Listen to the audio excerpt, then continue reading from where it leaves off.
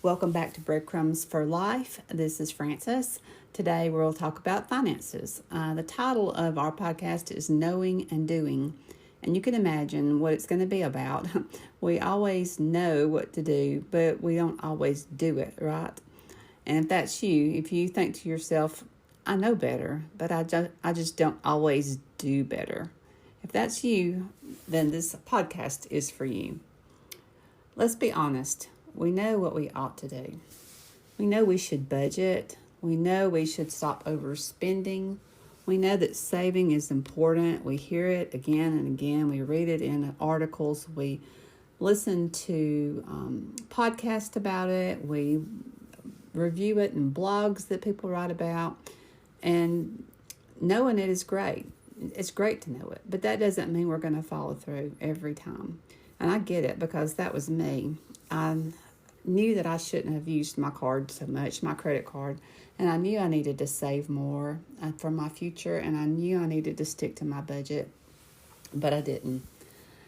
And it lingered in my thoughts. In fact, I can still remember a time when I was coming home from work and didn't have any money, and I just drove right into that ATM machine and got $300 off my credit card so I could have money for the kids and for groceries and clothes and all that stuff, because I felt like I just couldn't make it on the money that I had in my checking account. And it's not that I didn't have the money in my checking account. It was like I thought that money on my credit card was free money. I can just go there and get the money out, no problem. And I knew I shouldn't have used my card. I knew I shouldn't have. I knew I should have stuck to my budget and used the allotted amount that I had for my kids and for my groceries. And that way I could save some too. But I just put that card in and got that money out and did it without thinking in the moment. But then I can still remember it like it was yesterday. But it was 20 years ago, probably over 20 years ago. So the things we do that we know we shouldn't linger in our thoughts. They're not really loud or dramatic, but they're present. They're there. And every time we spend without thinking, it causes us to have thoughts later on that linger and stress us out. Every time I avoided looking at my bank account, there it was whispering, reminding me of what I knew that I needed to do, but I wasn't doing. And sometimes we just have to understand that we've got to think about our why. Why is it that we need to have a budget and stop charging and save for the future? And if our why is strong enough, our will be strong enough as well. So here's a question to explore today. Why do you struggle to do what you know? Why do you struggle to do what you know you ought to do? The answer isn't always lack of discipline. It's often about emotions, our deeper emotions that are underneath the action we take. So here's a few reasons we know, but we don't do. We're emotionally drained. When we're tired or overwhelmed, we crave comfort. And spending, even if it's just $5 or $10 on a coffee or a cart full of stuff from Target, can feel like relief in the moment. Because we just need that comfort, because we're just emotionally drained. I cannot count on one hand or two hands how many times I've ordered food to be delivered at my house and paid probably twice as much as what it was really worth, only for it to arrive late and be cold and not even be what I wanted. But I was just emotionally drained, and I had to have something, and just clicking on that link to get my food and hitting order gave me a little bit of comfort to know I didn't have to worry about cooking or food, and they would be bringing it to me, and it just made me feel better. Crazy, right? And the first thing was being emotionally drained. The second thing is we avoid what feels hard. Looking at our finances when we feel like we're behind is emotionally exhausting. So instead, we put it off, we delay, we distract, we hope that it just sorts itself out.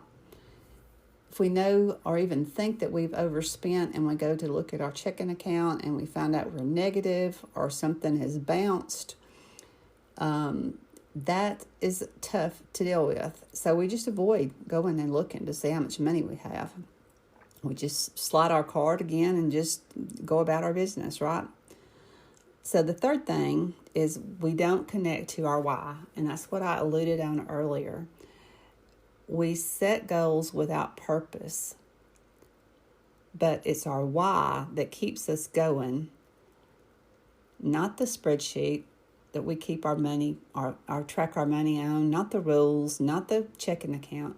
It's our why. So what do we do with all this? We take small steps, or we take small breadcrumbs, ones that reconnect us to our intention, not to shame us or make us feel guilty, but to remind us that we need to control our money before it controls us. Like I heard so many times with Dave Ramsey. We need to take small steps that will bring truth back into the conversation, but leave the guilt out. So here's how to get started this week. Identify your emotional triggers. Next time you feel the urge to spend, pause and ask, okay, why am I feeling the need to order food to be delivered in my house, or the need to go to Target and just randomly go up and down the aisles? Name the feeling, and that will help you to redirect it. There's so many books that I've read about our emotions and just being more aware of what we're feeling and why we're feeling it, and how that helps us to cope without doing the thing that we normally would do, like drink or spend money or things like that. So number 1 is identify your emotional trigger. Number 2 is to connect your why. Write down the real reason you want to manage your money well, not just to pay off debt or to save, but something deeper. I want to feel secure. I want to stop living in stress. I want to leave a legacy. You want to leave something behind for your loved ones. I know that when I was really going through some tough financial times, I couldn't sleep. And when I did sleep, I woke up and first thing on my mind was my money and my finances. So that is just so freeing when we just decide why we need to manage our money better, and having that reason to go back to and look at. So the first one is to identify your emotional trigger. The second is to reconnect your why. The third one is to make one choice today that aligns with that why. That might mean skipping the drive-through, or for me, not ordering something to be delivered. That might mean logging into your bank account, even though it feels uncomfortable. That might mean writing down what you've spent for the past week, just to get a record of where your money's going.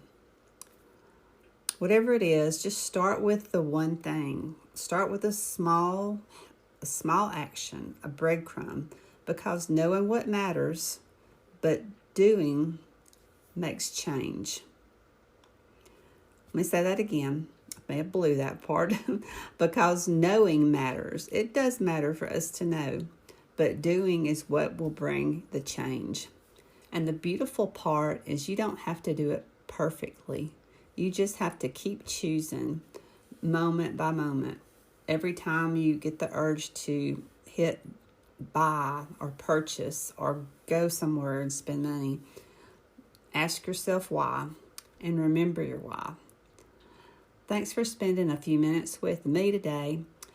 If this episode stirred something with you or you want to share it with others, please feel free to do so. And just remember that you don't need more pressure. You just need purpose, and you've already got it inside of you. You know how your money is and what you need to do to stay on track. You've already got it inside of you. So until next time, keep following those breadcrumbs that will lead you to better financial help. Take small steps that matter, even this one. Have a great day.